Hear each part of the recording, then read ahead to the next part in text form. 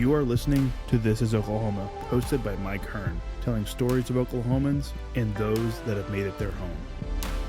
What's up, guys? Welcome back to an episode of This is Oklahoma. Mike Hearn here, host, back with another episode. Excited to share this episode with you today, but before we do, huge shout out to our sponsors. The Oklahoma Hall of Fame have been sharing Oklahoma's story through its people since 1927. For more information on the Oklahoma Hall of Fame, go to www.oklahomahof.com. And for daily updates, go to oklahomahof on Instagram and give them a follow. Our other sponsor today is the Chickasaw Nation. Now, the Chickasaw Nation have sponsored pretty much everything in Oklahoma. They're a huge supporter of Oklahoma. And it's an honor to have their name and their brand supporting this podcast. So a huge shout out to Governor Anatoby for supporting this podcast. It really means a lot. This episode is brought to you by the Doghouse OKC. Recently, I have been in need of some doggy daycare for my two pups, and the Doghouse have come in clutch. The team over there are incredible. They've taken care of my two golden doodles, and so it's been an honor to partner with them on the podcast and share the love. Adding to that is the Doghouse, and so if you're in need of doggy daycare in the day or boarding overnight, they do grooming and other cool things too, but I've had a fantastic experience, and it's an honor and a privilege to share this with you too. So go to thedogHouseOKC.com and follow them on Instagram at thedogHouseOKC, and hopefully our pups will run into each other. What's up, guys? Welcome back to an episode of This is Oklahoma. Mike Hearn here, host, back with another episode. We are up in Stillwoods today in this beautiful building, which has the name of my guest and her husband on the side. So we'll hear all about it today, but it gives me great pleasure to introduce to the podcast Mrs. Anne Greenwood. Anne, thank you so much for inviting me to this beautiful music building, and excited to dive into your story today. I think the perfect place to start is it is Oklahoma Hall of Fame induction week, and it is coming up on a year of you being inducted. I can't believe the year's gone so fast. I cannot believe it either. It went by so fast. That was the greatest night of my life, and still hard for me to imagine. Yeah. So proud and so honored, and I cannot imagine what my parents are thinking. But to represent my small town in Southwest Oklahoma, and we're few, but there are some great people from Southwest Oklahoma. Roger Hardesty, Scott Hendricks, the now deceased, and Scott Mamaday. Yeah. We have some great people, but now I've joined their ranks, and I am so proud. But we've got a great class coming in, and I look forward to celebrating them on Thursday night and seeing some of the fellow people coming back. Tim Dubois, representing Oklahoma State. Scott Hendricks will be there. But I still can't believe I'm a part of that elite group. And I can't imagine a night that I will ever forget that was more important. And I'll tell you, quite frankly, I was kind of shaking in my boots, but it was a beautiful night, and so many people there that I didn't even know that came up to thank me for what I've done for students, which is what my life is really about. Yeah. So let's go back a little bit. Tell me about the time where you get the phone call from Shannon to know that day, or, where are you, and how, when was that? Are you getting that phone call that you're going to be inducted? Well, I honestly have to tell you, I just couldn't believe it. It was a true out-of-body experience. I cannot even imagine, from my roots and where I came from. And of course, I'm proud of all that I've been able to do, but I cannot even imagine that they chose me. And I serve on that board, and I know the caliber of people that they choose. But it was like, I told my husband, and I was, Mike, I don't understand. And he was so proud of me, but I was like, I don't understand how this happened. And I immediately, I want to call people and say, I don't understand, but I made it. And this is the biggest night of my life. Yeah. And friends said, absolutely, I will be there. This is amazing. Such a special night. Who introduced you that night, and what is your relationship to the person who introduced you? Jennifer Grigsby. Okay. We've been friends for a very long time, and she knows everything I've done, especially what I do for students. And I definitely make a difference through buildings, because we need buildings to house, such as the one we're in right now. It was a desperate need. But she also knows I don't just do buildings. I spend time with the students, and she's seen it firsthand. And my passion is for students in the form of scholarships and facilities, but she's seen firsthand and probably understands more than anybody that I will drop anything to help a student in need Yeah. and recognize and know how much more needs to be done to make their life experience the best it can be so that Oklahoma State can send them on their way to be the success that I know that that can be. Yeah. Yeah. And you look at this year's theme for homecoming, you know, it's Oklahoma across the world, right? Oklahoma State across the world. And there's so many examples of, you know, most people look at the athletic side, national champions, you know, and the world champions and things like that. But, you know, we're in the music building and there's people who have reach from all over the world that have come from this place as well. So Yes. it's not just athletics. We have a young man who's the youngest French horn graduated from the Greenwood School of Music, now the Greenwood School of Music, playing in the Philadelphia Orchestra, which is, I think, the #2 orchestra in the world. I mean, in the U.S., sorry. Yeah. We have another young man who you just met his mother. He's in the Utah Symphony. I mean, they're all over the world. And I couldn't be prouder of this music school and what we produce. Your school of business, likewise, we support that. Those students are out and working in New York, working in Houston, doing great things. So we touch the world. And I think that makes Oklahoma look that much better. Yeah. And that was kind of my thing is this is just the beginning. And the most important thing, they never forget where they came from. They never forget that it all began here at Oklahoma State and that they had teachers and TAs and maybe even alums like me who gave them a little push and got their success started. Yeah. A great way to segue into not forgetting where you're from. Take me to where you grew up, Carnegie, Oklahoma, from such a young age. What was it like, and what was your childhood dreams?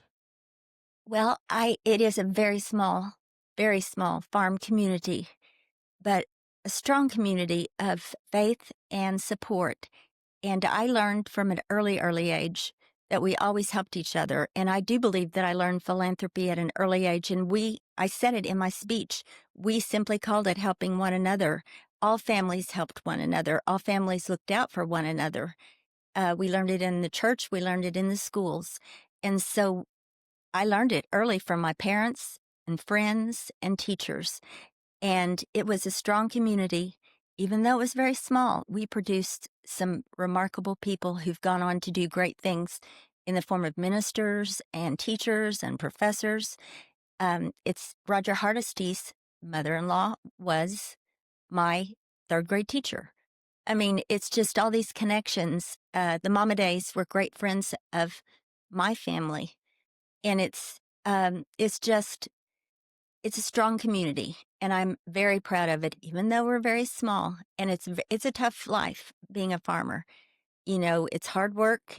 You don't make a lot of money, and it's just it's a survival mode at times. But it's it was a great upbringing. I wouldn't trade it for anything. My husband's from Tulsa. Okay. He kind of got confused. He said, "Wow, it's really small. Where are the people?" But he came to love it. Yeah. He really did. And I wouldn't trade it for anything. And I think the life lessons I learned from my teachers were invaluable. Now, I think they had to jump on me when we got to college because we didn't always have the advanced classes. But coming to Oklahoma State, I had the teachers who were willing to help me along the way. And again, I wouldn't trade it for anything. Yeah. But it led to me, the dreams that it led me to is I'm going to go and I'm going to do something more. I intend to, because I love my little town, but I'm going to live in a bigger city. So as soon as I finished my accounting degree, I moved to Tulsa and I loved it. And now I've come full circle and moved back to my college town. So I kind of have moved to a slower pace, but I will never trade and would never forsake my little community. And I'm glad I was able to represent it. Yeah. And it's sad that our small towns are kind of shrinking, but I'm proud of it. Mm-hmm. Yeah, it is sad to see the history in the small towns, in the places that you grew up and thriving, you know, downtowns, whether it was, you know, a convenience store or the post office or the drugstore or all these places, you know, that history unfortunately will, you know, pass over. It will. We do have the Liberty Theater, the oldest movie theater in the state of Oklahoma. And so almost anybody that they will know that, and they have been there. Yeah. It's just kind of interesting, and it is still thriving, believe it or not. Yeah. It's kind of fun. And a lot of people go there just to get a hot dog, of all things. Okay. So that's probably our claim to fame. But the one thing that will save it, we are the Kiowa Nation headquarters. Okay. And so that's also helped Mhm. thrive. And growing up, we had the most remarkable high school. We had the most beautiful paintings from the Kiowa Five, which are beautiful artists. And I think, boy, did I take that for granted. Remarkable paintings. And the Kiowa Five had a beautiful exhibition at Philbrook. And I thought, in my youth, I did not appreciate Yeah. all that I was surrounded by. Mhm. Beautiful artwork, beautiful fancy dancers. It was just always, I was surrounded by it, and we were friends, and I didn't probably appreciate it to the level that I should have, but extraordinary art, Mhm. just commonplace in my high school. And Yeah. so I thought that's kind of neat, Yeah. It's a heritage that we can be very, very proud of. Yeah, and I mean, to this day, you're very involved with the performing arts. Obviously, we're in the music center and other, your philanthropy reaches far and wide. Does it come from that high school then? Does your love for kind of the art scene as well come from time in high school? Did you participate? Were you painting? Were you musically inclined growing up? Where does that come from? Well, I'll tell you, here's two ways. I was in the band, and I did love music. I played piano. We were expected to. It was expected from our parents that we at least tried. But I loved the piano, and I played for church, and I loved it. I wouldn't say I was particularly good, but I loved it, and I loved being in the band. So I've always had an affinity for a marching band, but I love Broadway. And I always watched the Tony Awards. And I thought, someday I'm going to Broadway. I'm going to see a play. And I didn't get there very early. It took a while to get there. But on my 65th birthday, do you know what I got as a surprise from Mike Greenwood? I went to the Tony Awards. He surprised me with tickets to the Tony Awards as one of my birthday gifts. And I was in heaven. I mean, we didn't have very good seats, but I was at the Tony Awards in Radio City Music Hall, and I was like, I cannot believe I'm here. It was amazing. And the winner that year was Oklahoma, the new rendition of Oklahoma. So I thought, I made it. It took me 65 years, but I made it. Yeah. But I love Broadway, and it was from watching PBS. I had parents who loved Broadway, and I would go to Lawton Community Theater. I've always loved Broadway.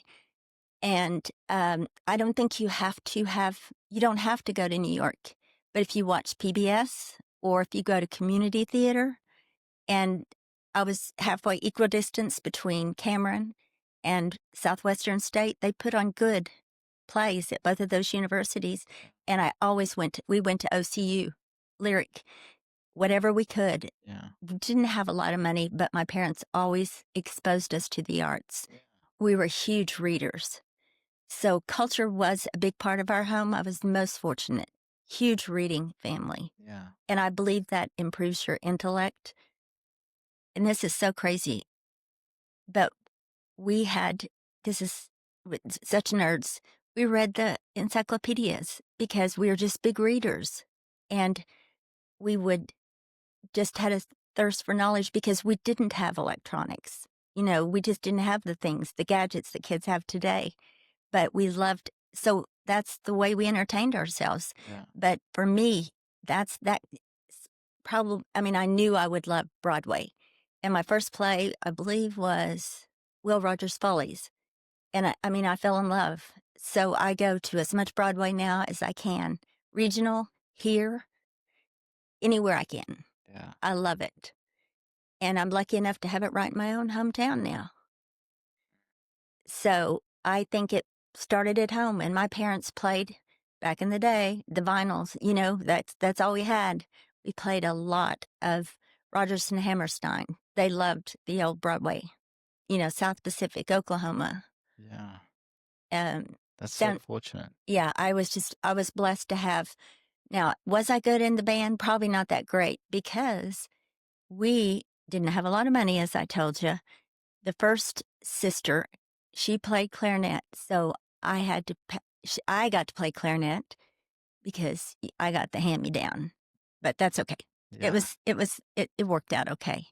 And then I was a twirler in the marching band.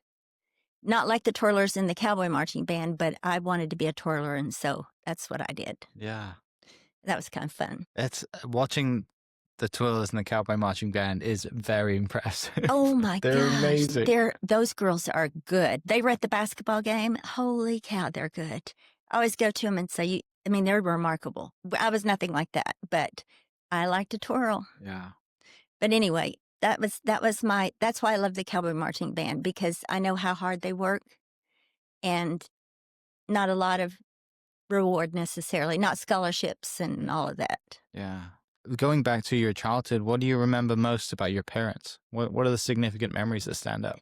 Well, I was only a few years out of college when my mother passed away, so I've spent most of my life without my mom, but she was extremely supportive. And she knew I wanted to come to Oklahoma State, but I was the third child, and there were 3 in college at once. So it was, or one had just barely graduated. So it was like, sure, you can go to Oklahoma State, but you got to figure it out. And she wanted me to go to Oklahoma State. You got to get every financial package you can. So, and she dreamed of me coming here. She knew I wanted it because the options were to go to the small community colleges close by, and I didn't want to go to those. Yeah. And she is the biggest cheerleader and so excited for me to come here. And so I'm glad she saw that dream come true. And likewise for my dad, and he was all in. He was more quietly behind the scenes. But once I came here, then the next 2 came. So we have 3 graduates from Oklahoma State. But my father was tried and true, supported us all the way, and he lived a good, long life. Yeah. But I have to tell you, she's been gone so long, it's your memories fade because 2/3 of my life I've been without her. It's kind of, and interestingly enough, she had a heart issue, and her doctor was Dr. Zudi. She had the best heart physician you can get, but it was just, she just didn't have a good, long life. Yeah. She made it through at least seeing me graduate, so I was glad for that. Yeah. What was the draw then to Oklahoma State? What was that dream, as well as your, for you, but also your mom, to have you come to Oklahoma State? Well, I came to camps here, and I loved the campus. I loved the atmosphere, and it was honestly the most friendly campus, the most fun campus. The students are so friendly here. They're still as friendly. I spend a fair amount of time on campus, as much as I possibly can, and it is just the students here. Everybody is they're kind, they're welcoming. And I dream that it's always going to be that way. If it's that way in the 70s, and it still is today, I think it will always be. It is America's most beautiful campus, because the beautification project, it's just gorgeous buildings, gorgeous art. The landscaping is extraordinary, and the students are just welcoming. Yeah. They're kind, they're welcoming, the professors are good. There are exceptions, certainly, but by and large, it is just a welcoming, good place. And so I wanted to be here. Yeah. And from the second I stepped on, the friends I made are still the friends today. And so it was a place to be. I knew it was a fit for me, and it was from the second I stepped on as just a camper. Yeah. What do you remember from that first day of campus as a student, your freshman year? Does anything stand out? Yeah, I was scared. I didn't think I could find my classes. We did that Sunday night, and I was like, oh my God. I had this, they don't have it now, but I had a little sheet of paper like, this day, okay, I got to be at the classroom building. Oh my gosh, I got to be all the way back at Ag Hall. Oh no, I got to be over at the SARE team. This is one big campus, and of course I'm a freshman, so they give you the 7:30 classes. and it's like, you can't make it from Ag Hall to Saratine and make it in. I mean, that's a big walk. And then all the boys lined up at Library Fountain and held up their numbers, and judged you. And you're like, oh, Lord, please don't let me fall. But it was like, I'm not going to be able to find my class. Oh, no. Oh, no. I mean, and then you didn't want to get caught looking at your schedule like, okay, where am I supposed to be next? It was just such a different world. But I carried a heavy load, and then I had to work study because that was a part of my financial package. So I was at Ag Hall, Ag Ed, and I was blessed with the most remarkable, kind professors who became a lifelong friend of mine. So I was just lucky. They were good to me and helped me learn a lot about this campus. Yeah. But it's a big campus. When you come from a class of 65 to the highest as a baby boomer, there's a bunch of us. Mm-hmm. But it was everybody on my floor at Kerr Drummond. At Drummond was so nice. It's going to be sad when they have to take that down. Yeah. I know it'll come down someday. Yeah, that is, the good and the bad thing about you being involved with this university and it being a huge part of your life for so long. You get to see, everything evolve, right? But the campus has maintained, its beauty, and obviously the people are amazing, and like you said, you have lifelong friends here, and, there's freshmen that are going to be coming, in the fall or in the spring that will have the same experience that you had of like trying to figure out where I've got to go. Every freshman goes through that first day experience, right? Yes. And you have that bond with your freshmen. And you go to the union, you think, oh my gosh, it's so big. I'm so scared. Everybody's looking at me. And of course they're not. Right. But you're just horrified. Yeah. But again, everybody's welcoming. It's the best culture of welcoming. Yeah. What leads you to go down the accounting route? I come from a family of teachers. Okay. And that's a noble and honorable profession. But I also know in Oklahoma, we don't pay very well. And I thought, I need to explore some other options. And I had friends who were going into business, and I thought, wow, I never really thought about that. And they were doing business administration. And I was going, what do you do with that? And they're like, well, they didn't have a good option. So then I started looking at accounting, and I was like, And it is just something that clicks with my mind. But now the tricky part is back in the late 70s, there's not a lot of us women. It was a little bit male dominated, but it worked out. And I went to oil and gas in Tulsa, and there were lots and lots of jobs. Now it became cyclical because a lot of jobs were moved to Dallas, San Antonio, Houston, and I wanted to stay in Tulsa. So I had a little bit of a struggle because lots of mergers and relocations. So my last 15 years, I moved to utility accounting because that one at least stayed in Tulsa. But that was good too. I needed to stay in Tulsa, and I wanted to stay in Oklahoma. I didn't want to have to be in Texas. No offense to Texas, but I wanted to be here. And all of the large oil companies were getting sucked up by the Exxons, and even ConocoPhillips got, sucked into Houston. And that just wasn't for me. Yeah. But oil and gas was very exciting. It was good jobs. And I'm not saying I took it. But the truth is, if you're going to work, you might as well make I hate to sound like a mercenary, but that's the truth. Yeah, you're right. Yeah. And, there were lots of jobs. I kind of also tailored it because, quite frankly, I left with a lot of school debt, so I needed to pay it off. That was part of my loans were part of my package. Yeah. Sadly, like a lot of kids, because it's a lot of, as the state continues to decline in support of our education, higher ed, we have kids going out with student loans. So I always tell them, trust me when I tell you, we know what you're going. We are the ones who know. Yeah. And that's why we support student scholarships. Because we don't want you to have to pay them back until you're so old. Yeah. So yeah, it's a burden, right? It adds pressure, so much pressure. Yes, it's a burden. Just like the young man I told you about who's leaving school, he can't afford it, and that breaks my heart. Yeah, but through that, through those life lessons builds grit, determination, and hard work, which will pay off in the long run. Yes, it does. I think having not had things handed to me made both my husband and I very strong.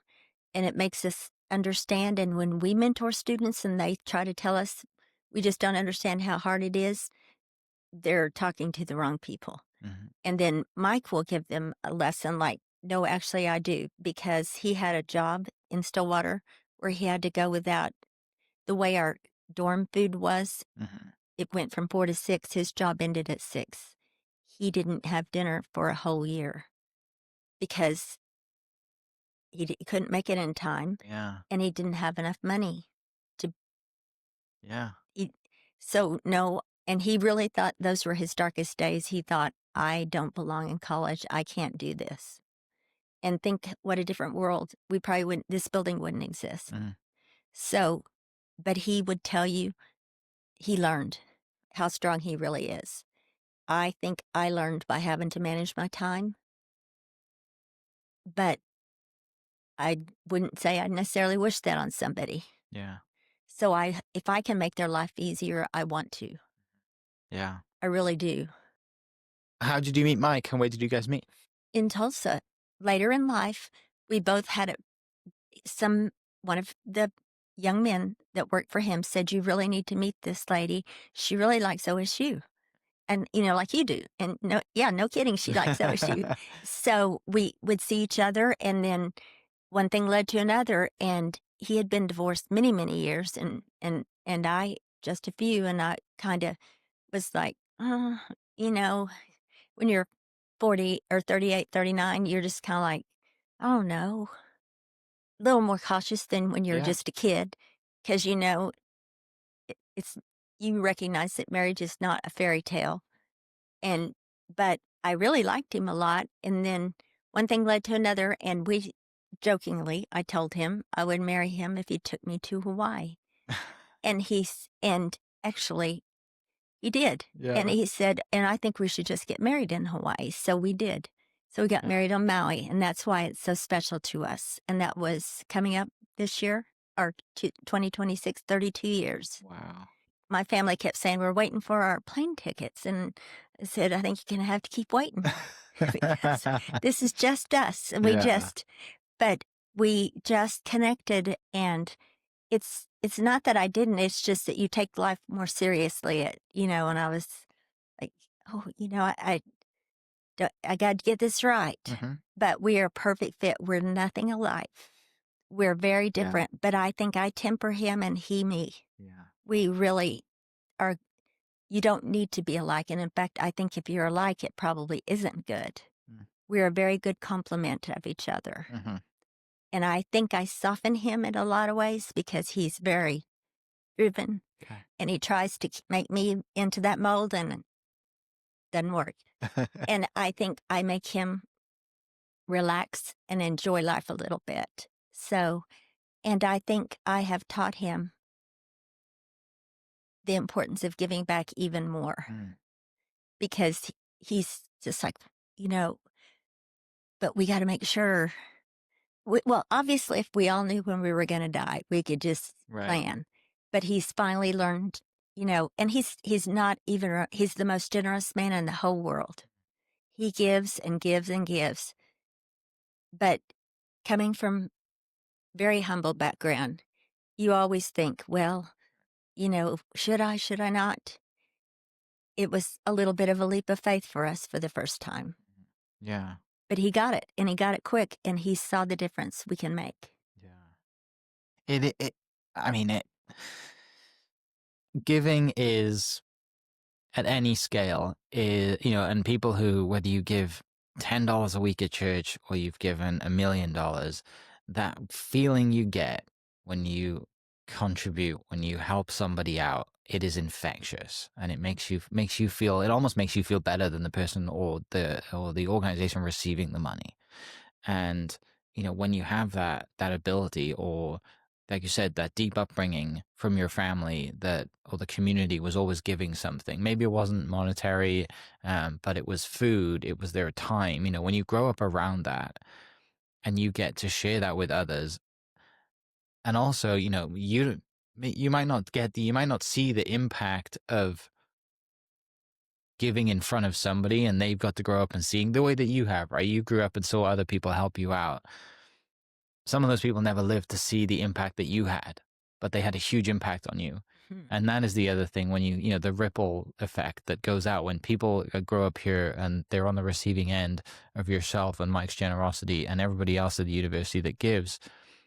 We're not gonna be around to see them grow up and get to a point in their life where they give, but the example is already there and the foundation has been set, and I think that's more exciting of continuing that growth. It is. And I was at Hideaway in Tulsa a couple of years ago, and this young man was waiting on us. He goes, "You don't remember me, but you gave me a snack in the Cowboy Marching Band." Yeah. And I said, "I don't remember you exactly, but thank you for telling me that." He goes, "It made a difference. We were hot, we were tired." And I said, "Thank you." I said, I always want to it's a small thing, but I always made a difference. He said, "You have no idea. It always brightened our day when you came around." Yeah. And I thought, I know it's nothing, but that's why the student lounge is named after me, because I have given a lot of snacks in my day. Everybody knows you have Yes, snacks. because I Yeah. think, especially at the end of this semester, I know they're too tired and too busy to go to the store, and they're most likely out of money. Yeah. So that's when I really try to ramp it up. Yeah. But I would tell you, the message we give them when we give them a scholarship or do something for them is, don't forget where you came from. Don't forget Oklahoma State. And when you can, you give back. It doesn't have to be money, but if you see someone along the way, or you're in a position to hire, you go the extra mile for the OSU person, or, give a smile, do something good. Yeah. And when you can give back, think about doing a scholarship or do what you can, because somebody at Oklahoma State, me, did something for you. As an alum, you do the same because it's the least we can do. If we all keep, I'm trying to teach students the value of philanthropy at an early age, because the sooner they can learn that, the better. Yeah. The world it can be so much better. And that's kind of my mission. And that's what I've done since I retired at 52, which also happens to be the age of my mother when she passed away. Okay. And that's kind of by design. That last third of my life has been dedicated to philanthropy. Yeah. It will go down as the most meaningful part of my life. Yeah. And it's not just money, it's time. It's probably way more time than money when it's all said and done. Because I hear and I think, okay, Mike, we got to do something. This is what I heard. We're the only school in the Big 12 without a dedicated tennis facility. We got to do something about it. The Sarah Center is terrible. We got to do something. Yeah. And on and on. You guys are a great fit. Well, and I think what you could probably describe us at is a proactive. There's only one donation for this university that someone solicited, and that's Burns for the Performing Arts Center. He asked for that, and we're the first donor to that as a cash donor, but as a patron. But we went to someone for this. We went to Burns and said, "Burns, is somebody going to give you money for the music school?" And he goes, "No, we're out of money." We said, "Okay, we'll do it. We got to do it. We want to do it while the builders are still here. We don't want to lose them. Keep them on site." The Sarah had it. And we went to Mike Holder and said, "We want to build a tennis center." We went to him, and he was like, "Who are these people? We don't even know who they are." Well, yeah, we do that because I'm a champion for the underdog, kind of, is another way to look at it. And I have a room at the library. Mike went to the dean and said, "I want to do this for Anne as a surprise." That's kind of just what we do. Yeah. And we have some things we're going to talk to President Hess about that we will go to him. Mhm. It's just what we do. And we learn from Boone Pickens the value in giving while you're still alive, where you can see the difference you can make and the joy that you see when you change a life. Yeah. And the way he put it in typical Boone fashion is, what's the fun in waiting until you're dead? And we learned that on his 80th birthday on the library lawn when we celebrated him. And he is not kidding. And I had the pleasure and the honor of speaking at his memorial in Gallagher-Iba. And it was another great day, out-of-body day, that they chose me. And I was the only woman on the stage. And I told my story of how he changed our lives, the lives of two people, Mike and I, by that message and why we do what we do. And he was the reason. And his family came up to me and said, "Thank you for telling your story. We had no idea what Dad did." And I said, "It's true." So if you ever go to the museum, you can actually hear my speech. Oh, wow. There's a Okay. place there where they have the memorial and you can click on my name. Yeah. And I hadn't seen it. And I saw it and I was like, yikes. But I really wanted to say, we're not saying goodbye to Boone. Yeah. We're saying every time we walk into this, and every time you walk into this building, this is a tribute to him because we did this. He was our inspiration. Yeah. And you know what? We gave money for this and people joined us immediately. And that's all him. Mm. Because he told us how to live our life and we're following that rule. And the lesson that obviously you're talking about is these, by going and saying, you're never you said one time you've been asked, but the other times it's being proactive. And if you wait to be asked, then you might not even get asked, and the proactive nature of going in, seeing a need and helping out. It takes the first person like yourself and Mike to go in, and then, like you said, others follow. It always takes that one person to take that leap. And you said earlier, that first donation was hard. It was a stretch, right? It's hard to mentally get over that as well. Even if you do have the money, the mental side of it, because growing up a certain way and having those beliefs of, rainy day fund or whatever it is that you got to hold on to your money. Tell me about that first donation. How does that come about and where do you donate?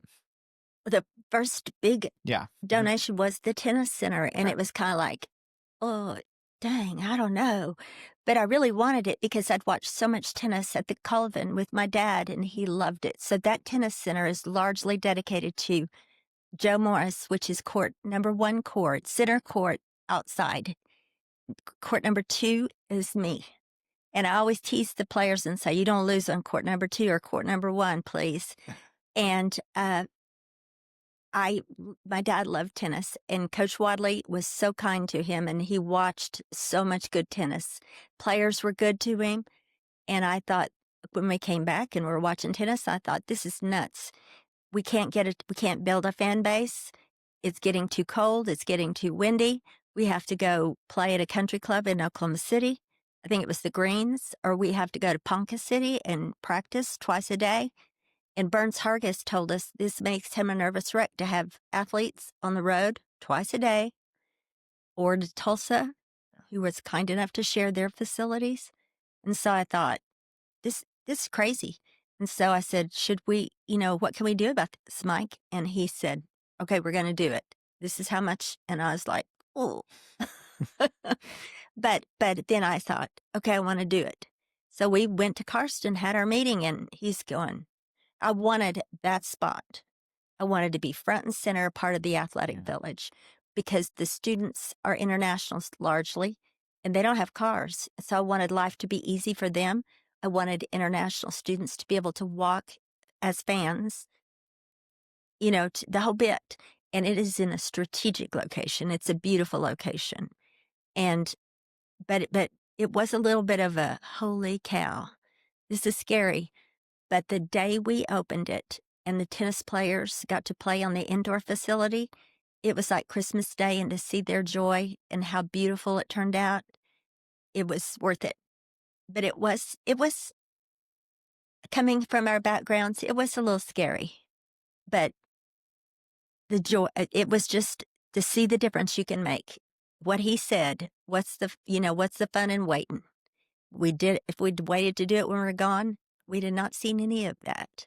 We'd have not seen remarkable tennis played and fun times and tournaments and hosting the national championship. I mean, that was our dream always, and we were supposed to do it COVID year. Yeah. So my heart was broken, but we did it. And have coaches come up to me and say, you have the most remarkable tennis facility. And I can just say thank you, because we studied others and we wanted to do it better. And another coach come up and say, we wish we had a donor like you because you did everything right. It's just, and we hosted the NCAA for the first time ever. The paraplegic tennis got moved to the front courts. They've always had to play their championships in the back courts and be kind of an afterthought. So we got to make history. They played their championship match on the front courts, and it was their joy in their face was amazing. So I felt like we got to make history. Yeah. Yeah, it's having that impact. It's massive. It is. So I feel like good for us, good for OSU to get to host that and make history. Yeah. But I'm proud of that facility. I'm very proud of this facility and the students that are going through it.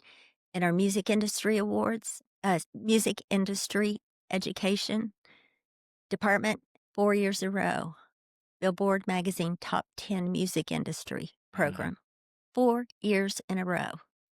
That's a big deal.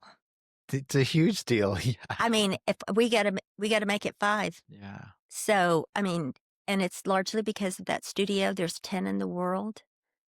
And that's because a donor met our challenge. We provided the building and they stepped up and provided that studio. It's a local lady, and she said, I believe in your building. I'm going to join you. And many others. You'll see names all over this building. So we provided the inspiration. Others joined us. Yeah. But it's just, that's the way Oklahoma State people are, which is why I'm very proud of. That's the culture we have. Mm-hmm.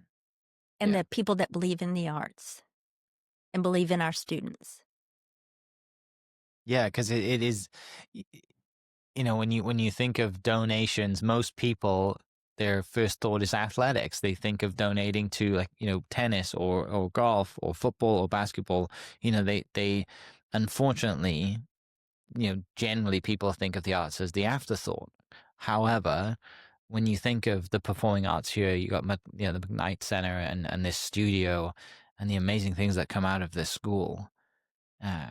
It is a huge piece of Oklahoma State. When you mentioned the marching band, everyone knows who the Cowboy Marching Band is, and all the other things that happen here.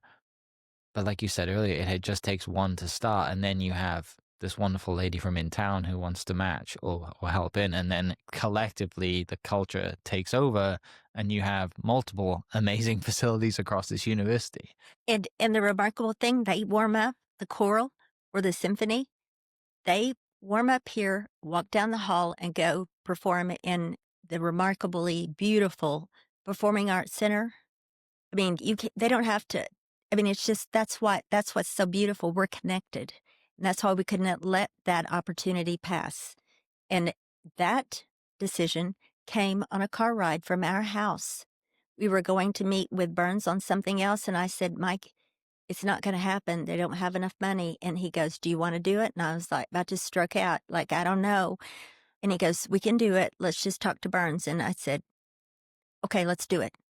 And so when we told some people, we want to keep it kind of secret. Then they went and got Burns. Burns actually cried. He got tears in his eyes and he said, thank you. Then my husband, being the joker that he is, he said, I was just kidding. And then Burns said, I heard you. You can't back out. But it wasn't going to happen if we didn't step up. Yeah. But because we did, so too did many. And so that is probably what I'm the most proud of, is that others said, we want to join this. Yeah. And they did it the night of the event. When we did it as a surprise announcement, they said, we want to join you. We this is this important. So Yeah. that's just another night. I've had Yeah. so many good nights. Well, and the beauty of it is there's so many good nights centered around this campus. There's so many. And it's all for the students. I mean, there were students there that were our guests. There were students there, and they just said, "We can't believe we're going to get to be in this." And I said, "I can't wait for it to get built for you because this is what you deserve." And we have students that have come here because of this. I mean, and Yeah. professors that come here because the Sertine was just woefully inadequate. And so this is what had to happen. Yeah. It's long overdue. The buildings cost a lot of money. Yeah. That's the collaborative effort, and that's what, these are just a few examples of what you and Mike have helped out and been a part of. And, you know, it takes people like yourself to do that, but it takes the first step. And that comes from your upbringing and caring. That doesn't come from, just waking up when you're, when you retire at 52 thinking, oh, I think it's time to give away money now. It's like, no, you've had this in your life. There's so many examples of, your childhood and family around you that when you get to the stage, it's of no surprise because of the stories and the examples you've had growing up. And seeing people that could make a difference. I've seen it all along. And another kind of interesting thing, I'm thinking back to the Hall of Fame. Mm. Mr. Clark was standing next to me, and he said, "I shouldn't even be standing on the stage with you. You've done so much more than me." And I said, "No, no, no." I said, "We're just different. You're representing scientists. I'm representing philanthropy." And I said, "Besides, I want to tell you something. I went to a Methodist camp down in Southwest Oklahoma. We had a most beautiful chapel that was the B.C. Clark Chapel. We had chapel there every day when I went to church camp. I always wanted to thank that family. And I can't believe I'm standing on the stage with someone from that family. So will you please tell your family I said thank you?" He goes, "You know that chapel?" And I said, "Yes, I do. I went to church camp there, and I was a counselor." And he goes, and he kind of just touched his chest. He goes, "I'll tell everybody." And I thought, can you believe I've not come full circle? I always wanted to thank, because I'd see the BC Clark commercial, and I would hear the jingle around hear the Christmas. jingle. Uh-huh. And I was going, I wanted to thank that family. So will you thank them? So yes, you are a philanthropist too, because that was the most beautiful little chapel. And anyway, it was just, I thought, isn't life funny? Yeah, you're on stage at the Oklahoma Hall of Fame being inducted with someone from that family. He's trying to tell me how much I've done, and I said, "Oh no, we're just different. You're in there for a different reason." But I thought, what a compliment, and he was really just trying to tell me that I've done. He was proud of what I've done, but I said, while we're talking, I just want to thank you for that. But I thought, boy, and you know what my mind went back to is my mom she'd just be thanking me for thanking him because she thought that was the most beautiful little chapel too. So I guess I do think about her, even though it's been a long time. But yeah, they provided this gorgeous chapel in the woods. It's down by Hinton, Oklahoma. Okay. That was our church camp that we went to. And I don't know if it's even still standing, but I support the OSU Wesley Center, and they do some retreats. I'll have to find out from. And that's another one of my philanthropies. It's right at the edge of campus, and it's the most beautiful Wesley Center that you could ever imagine. I think probably in the world, but no, not really. But probably it's really good. Yeah. And there's several. Gary Sparks, who is the architect for Gallagher-Iba, the renovation. Joe Hall, who's a regent. And Joe Hall is helping with the Hall of Fame, a builder, and Mike and I are probably the biggest donors. But I love that our campus is anchored by that religious facility on the south side and St. John's on the north side, which is a beautiful, beautiful student Catholic church. And that church hosts many, many Greenwood School of Music choral concerts. And it's a beautiful place for a concert. Father Carey is so kind to us. So I love that about this campus. Do you have a favorite musical? Oklahoma. Yeah. That's my favorite. That's why I was so thrilled that Hugh Jackman sang it, and he brought in the OSU chorale, concert chorale, who sang it with him on stage. Yeah. So I cried. I cried when that happened because that was my 65th birthday gift. I made a donation to OSU Theater and brought in a producer, and they did. I wanted to honor what OSU Theater does. Yeah. They performed Oklahoma. They had orchestra from Greenwood School, and I got to watch them for the whole semester pull it together. Became friends with the director, and then Saturday night, Mike bought out the house, so I pretty much got to invite and fill it up with friends. Really? I sat next to Burns. We had a pre-party with an orange carpet, Yeah. walk through, and then after party, and I got to go up on the stage and hand flowers to the director. I got to sing an encore with him. It was so much fun, and they are talented. They were so talented. My nephew helped build the stage. I mean, it was so good, but I knew almost everybody in the crowd. That's amazing. And Burns said, "Wow, this theater's good." And that's what I wanted to do, was raise awareness of how good our theater is. But it was, I mean, we bought out the whole Saturday night house, and I mostly gave it to besides friends and family, I also gave it to the people who were in the production so that they could invite all of their family. So it was so much fun. But it was the biggest birthday party I've ever had. Yeah. But that was fun. So That's really Oklahoma will always be my favorite. Okay. The other, I know we've talked a lot about Oklahoma State and your philanthropy around Oklahoma State, but you give other ways as well. You're on multiple boards outside of Oklahoma State, and so we'd love to hear you share, where that obviously, you're focused to Oklahoma State, but your focus is elsewhere too. We'd love to hear some about your focus elsewhere. Well, I'm a big believer in Tulsa, Tulsa Area United Way, and I did fund distribution for, 10 years. I also did Tulsa Speech and Hearing, which one of my favorite things that I ever did. I learned, and I can't really remember it very well, but I did ASL, and I chaired a Christmas party, and we had us signing Santa for the little children who were deaf so that they could sit on his lap and he could take their wishes in sign language. Yeah. We did it 2 years, and it was so much fun.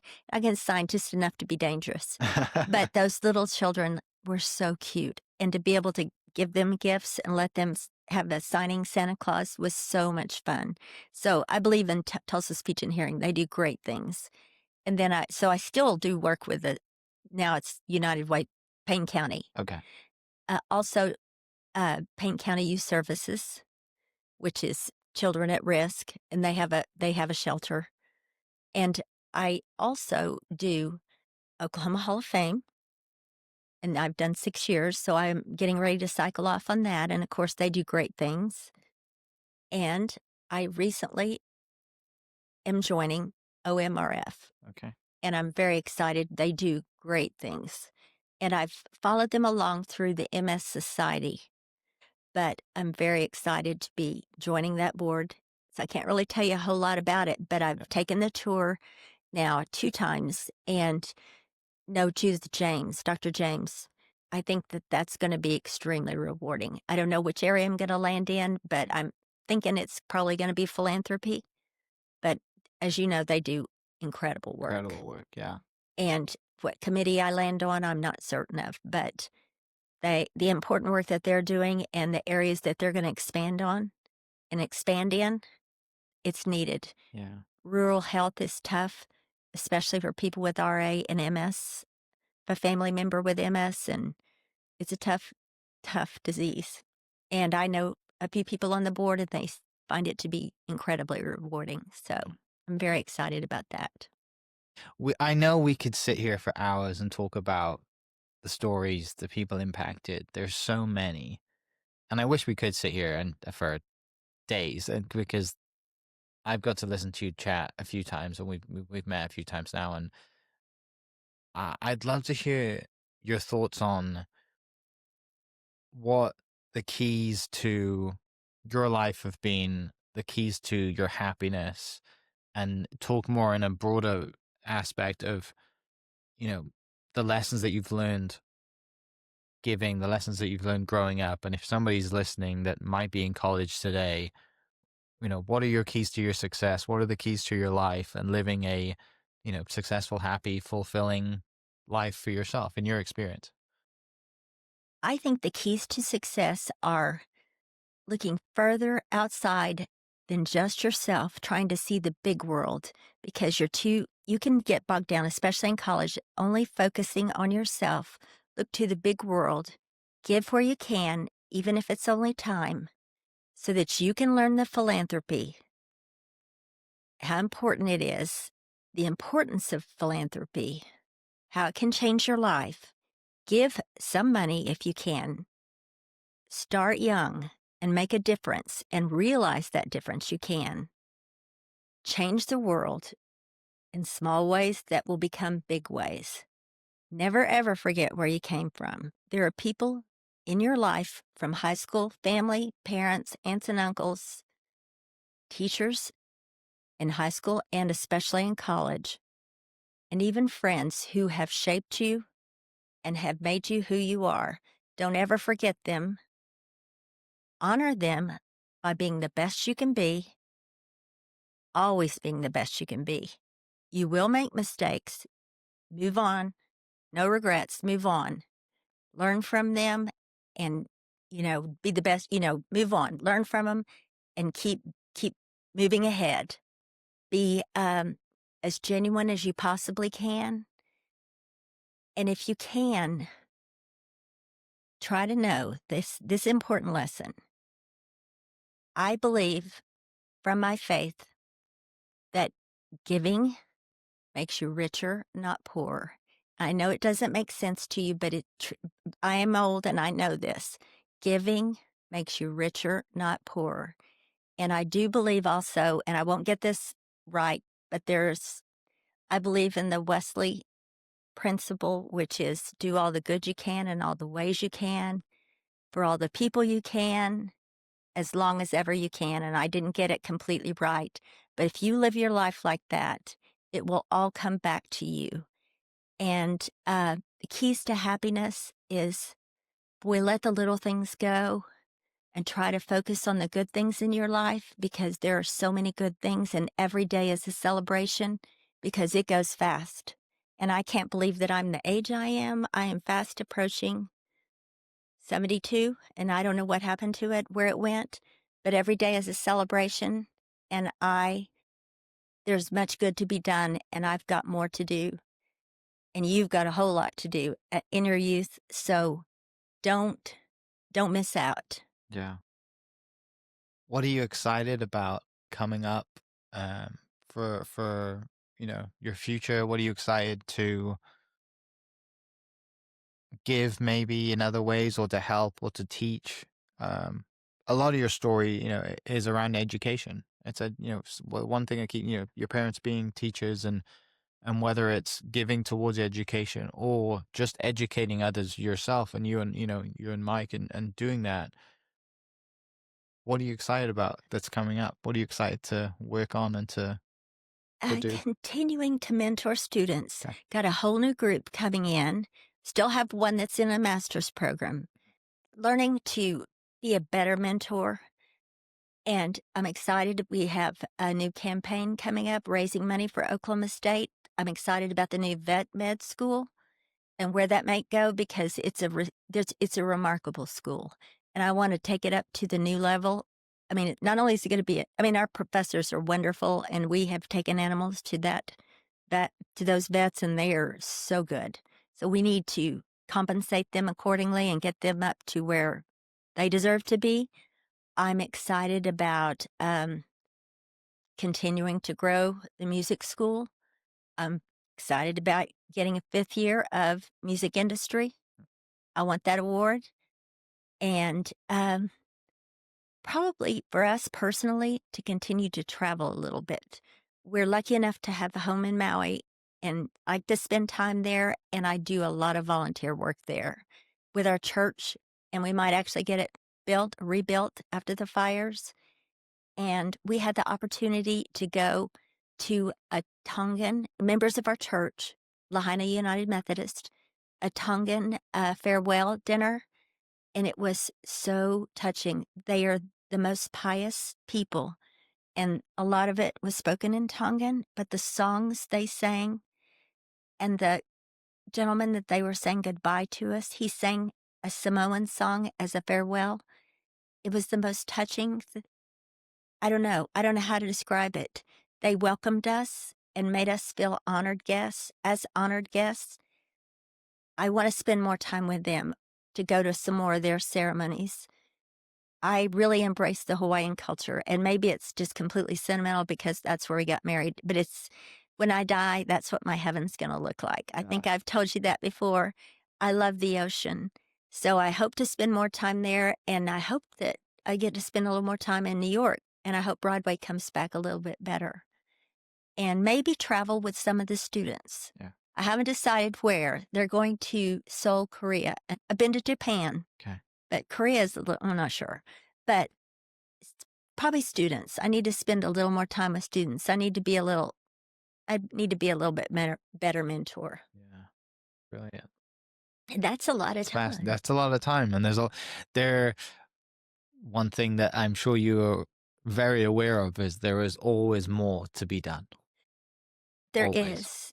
is. And they always are so grateful. Mhm. That's why I feel guilty if just a little bit of time, and they're so grateful. Yeah. So that's why I have to do it.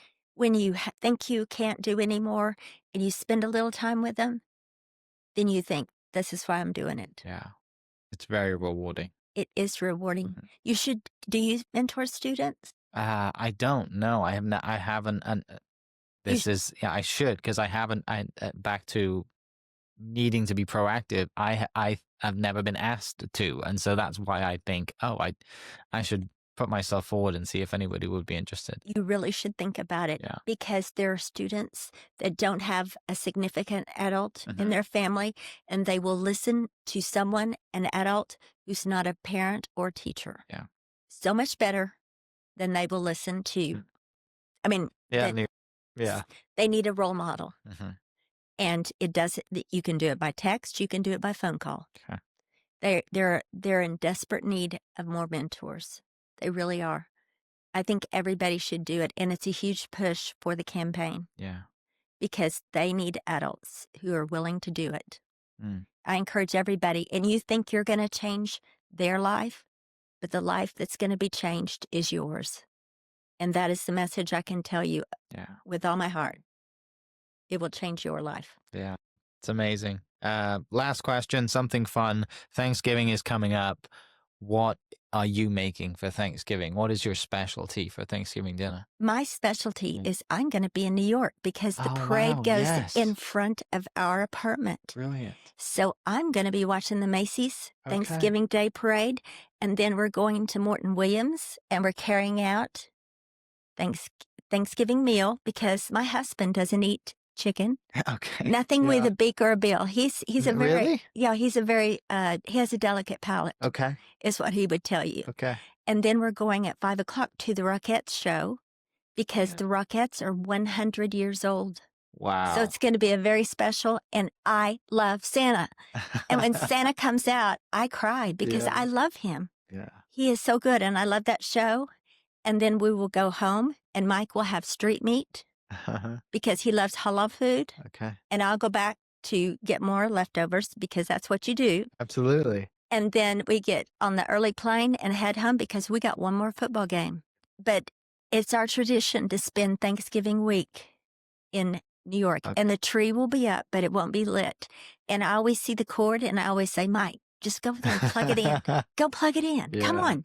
But the Saks Fifth Avenue building will be lit up. Okay. So we're going to do that. You need to come to the parade with us. In New York? Yeah. I have never been to New York. Not once. Oh, it's kind of fun. It kind of scares me as a big city, especially at Christmas. It's pretty crowded. Yeah.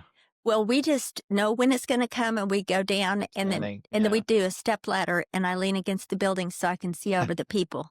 But the parade is unbelievable. Yeah. It's a beautiful parade, and at the end, when I also get excited when I see Santa there. It's a great parade. But we tried to do go out to eat, but it's too fancy of food. Mike truly eats. He's very limited palate. Yeah. Okay. Well, we can't. I mean, that was my last question. However, we talked a little bit about Oklahoma State football. 13 years you've had your suite, and thank you for hosting us for the first game of the year. We've had a great time. I'm very excited for Saturday's game too.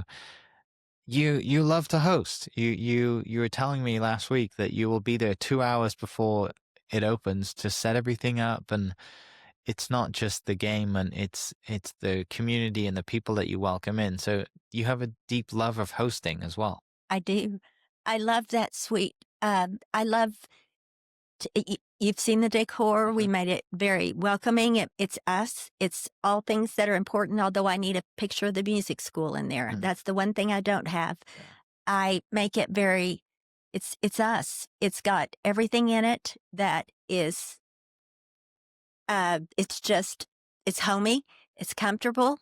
And we have blankets if it's cold, which it usually isn't, but we have fresh flowers. You know where to get your drink. I tell you to help yourself. We have great snacks. We have the charcuterie board. But I love people to come and have a good time and not take anything serious. And if you're going to be cranky and serious, you don't get to come back because that's not what it's about. It's about enjoying life and having a good time and enjoying our time together. Yeah. And we're going to have a particularly good and exciting time this because we're going to have the Gamba family come and visit with us the third quarter, and they love our football suite. Brilliant. And so we're going to be drinking a toast to them and drinking a toast to the season and what's going to happen going forward when we get a new coach. Yeah. Nothing but bright future coming. And the basketball team is looking great. So, there's nothing but bright things coming forward. But I do love to host everybody. I love it. I think I have more fun than anything. And Mike says, I look at you and you're just smiling. Yeah. And if it's not, if you can't, the motto is you got to say something positive. If you say something negative, you got to say 2 positive things. And we make great drinks and it's a good time. It's a great time. Thank you for hosting us. We had a great time. We're excited to be there on Saturday for the K-State game, early game. It's going to be a blast. Mimosas. It'll be breakfast food for the first. So we'll have mimosas and, of course, my famous Orange Crush. Yes. And Gamba wines. No, I love it. I love it. That's awesome. Jenny Moore Campbell said something to me when I dreamed of what my life would be like. Is reality better than what I dreamed of? When I did my interview with her, I would tell you that reality is even better than what I could have ever dreamed of. And I think that tells you what my life has turned out to. Sometimes I can't even believe it. And Mike has a saying, he goes, back in 1975, did you think that we'd be, the president of OSU'd be saying, hey, come on over to the house, blah, blah, blah. And I always go, no. And he's going, I did. And it's just a joke we play. Yeah. But in my wildest dreams of what I thought my life would be, the reality of what's happened is so much better. And I'd say that's a good life. And I am so grateful. And I thank God every day for all that's happened to us. Mm-hmm. So, and I know that all good gifts come from above. So I'm thankful. Yeah. Thank you. Thank you so much for taking some time. I'm excited to see the rest of the Greenwood Music Center and spend some time with you and Mike on Saturday. So thank you so much. Congratulations on your 1-year anniversary of being inducted into the Oklahoma Hall of Fame. Thursday night's going to be great. You get to stand up and be honored with everybody in the room who will be wearing their medallion as well. It's an exclusive club, and being there, being on stage, being around those incredible humans from Oklahoma, and adding yourself to the the people from Carnegie who have made a significant difference in not just Oklahoma, but in far and wide, the people that you've touched and the people, the experiences and the lives you've impacted Oklahoma State, because that ripple effect, we will never know all of it, but it is definitely far and wide. So thank you so much. Excited to share this episode with our listeners, and for people listening, we'll catch you next episode. Cheers. And we just did an amazing podcast telling your story, but now it is a few hours later and we're at this wonderful house after decorating a Christmas tree with two of your best friends. So I'd like you to introduce your best friends. Who's with us? I have Deb Engel to my left, and First Cowgirl, Angela Hess to my right. And yes, we decorated the most beautiful Christmas tree, which was a labor of love for University House for their first Christmas here. And I'd like to say thanks to you for helping, because we could not have done it without your help. My height comes to use at some point, right? No, the tree looks amazing. But I want to add this to the end of our podcast. I'm going to ask you what these two really good friends mean to you, and share some great memories of your time with these ladies. Well, we talked a great deal about the music school. And I have to tell you, the music school would not have happened without Deb Engel. I think I talked a little bit about that. She was my contact with the OSU Foundation, and I had great confidence in her. And honestly, we would not have given to OSU, and the music school would not have happened if not for our relationship with her. Mm-hmm. And Mike would tell you the same thing. And I think you saw today how amazing it was. You saw how the students use it. You saw the kids saying hello to me. And we owe it all to her. And it's the truth. We talked about it at the country club. And I said, do you think it's going to happen? Kind of, she planted a seed. And that is the sign of a good development officer. Mm-hmm. And we've been friends for a long, long time. Yeah. And you've seen her in our football suite. They are there because they are our friends. Now, I've known Angela for probably 25 years, way back in Tulsa.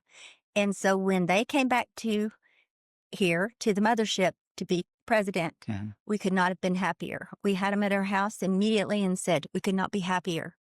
What a fabulous choice for president number 20. And we've welcomed them and wanted to make them feel happy and enjoy Stillwater as much as we do. We could, just hit the ground running and could not be happier. Just resumed our friendship. That tree was our gift to them to make them feel special, because they are very special. Amazing. Thank you for that. You're welcome. I'll ask each of you to share maybe one of your favorite stories of how you met Anne, how Anne's been in your life, but what comes to mind when I say to you, tell me about Anne Greenwood. Anne actually introduced my best memory perfectly. Anne and Mike had made a commitment to the McKnight Center, and I knew it was because of students and that she wanted to see involved in the McKnight Center. And she said, let's go to lunch. So we went to a quiet lunch at the country club, and we're having this best conversation, went on and on and on.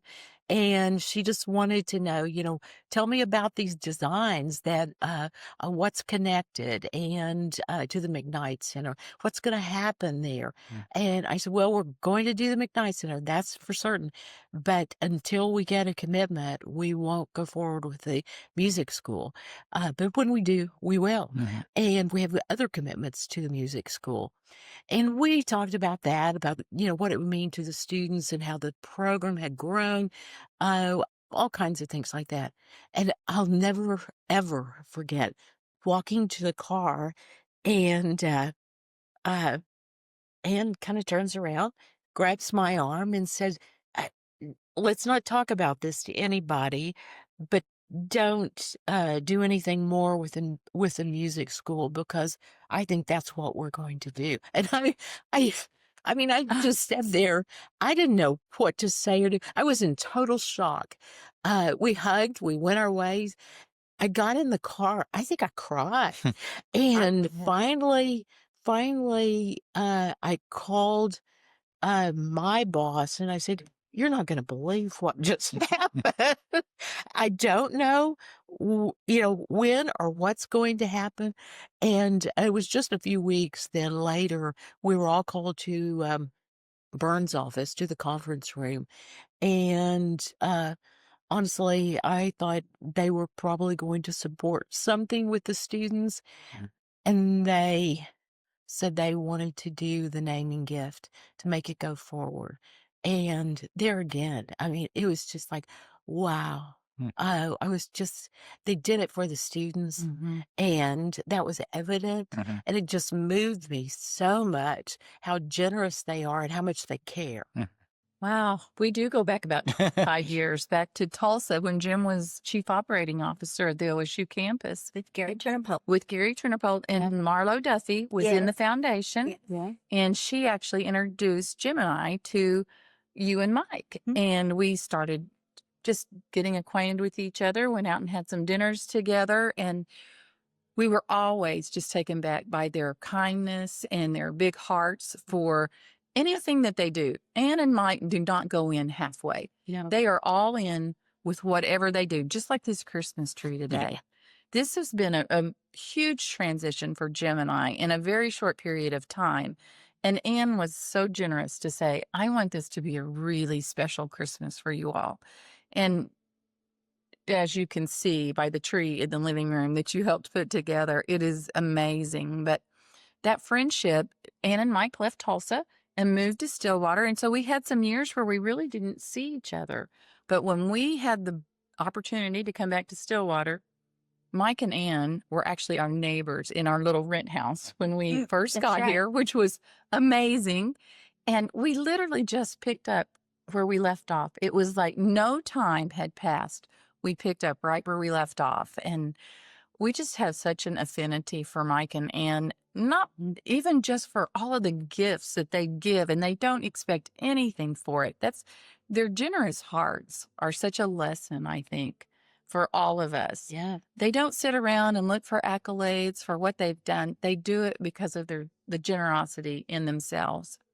And then the other thing that I really look at Anne particularly, her passion for students and the impact that they are making on the lives of students who would not have the opportunities that they have today if not for what Mike and Ann are doing is incredible. So I look at her and I think I want to model myself after her because I want to be that person who will do something without expectation. And I think that they exemplify that in everything that they do. Yeah. They do. And Anne shared a little bit earlier about your initiative for mental health. You share a little bit about that and what the plan is with there? Yeah, and it's a deep passion of mine, and it's something that I've talked to Jim about it when we first were asked to come to Stillwater. I said, I feel like this is finally the time because mental health is so hard to talk about. And in my life, I've lived it. So I have a very, very deep connection to my own struggles and then the struggles that my son has had along the way and how we've learned to navigate through that with no help, just having to figure it out. So ultimately, we've started this initiative called Cowboys Care. And I could not be more proud of the people that have stepped up, but particularly the students. These students who have said, how do we help other students to get help? And through this initiative, we started Cowboy Care's ambassadors. Last month, we graduated 100 students who signed up to be personal ambassadors who were willing to take the training to become ambassadors. And we will graduate over 100 more this month. Yes, this month.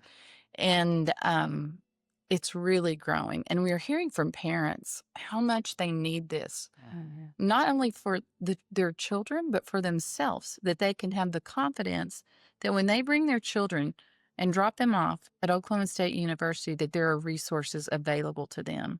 And we have huge resources that people don't even know about. So our primary mission right now is to get that message out to other people and particularly our parents. We want to start this on the first day when they come for orientation. We are not starting talking about this at the 8th week. We're going to talk about it in the first week and every week thereafter. Mental health doesn't discriminate. I say it all the time. It doesn't care what your skin color is, your religion, Your social status. your social status. It doesn't matter. And you would be surprised how many people are struggling in silence. And the thing is that as a community, we need to remove that stigma and that silence and make it okay to talk about it openly. Yeah. It's great. It's been fun. Thank you for welcoming me into your home this afternoon and Love seeing that. the joy and the love and the community that you guys have, because that's what friendship's all about. So Christmas does that to people too. Christmas brings us together. So Thank you for your assistance. yeah, I said to Anne earlier, I didn't have that on my 2025 bingo card, but it's been a blast. Thank you. Merry Christmas and go Pokes. And to you too. Thank you. Hope you guys enjoyed that great episode. Thank you so much for listening. As always, huge shout out to our sponsors, the Oklahoma Hall of Fame, sharing Oklahoma story through its people since 1927. For more information on the Oklahoma Hall of Fame, go to www.oklahomahof.com and follow them on Instagram for daily updates at OklahomaHOF. Our other sponsor, the Chickasaw Nation, amazing sponsor. They do amazing things for the state, and they're always sponsoring something in Oklahoma. They're a huge supporter of Oklahoma, and without their support, we wouldn't be able to do what we do.